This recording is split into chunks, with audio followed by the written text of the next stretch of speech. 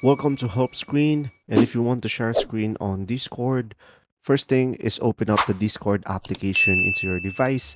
And now from here, just simply go ahead and go to your server and to one of your voice channels. So I have a voice channel over here. And now just simply select join a voice over here, the green icon, and from here it will prompt you for a permission. I'm gonna select allow.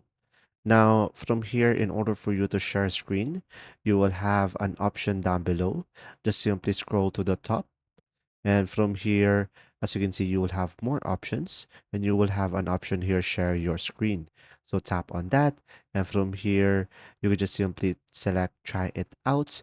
And after that, as you can see, it is asking for permission. You just simply select start now.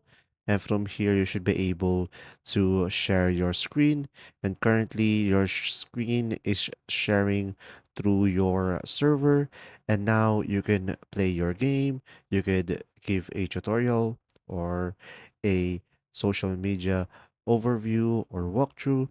And now, once you are done, you could just simply go back to the server and you could just simply select stop sharing over here, or another option is select the red icon on the bottom right to stop sharing.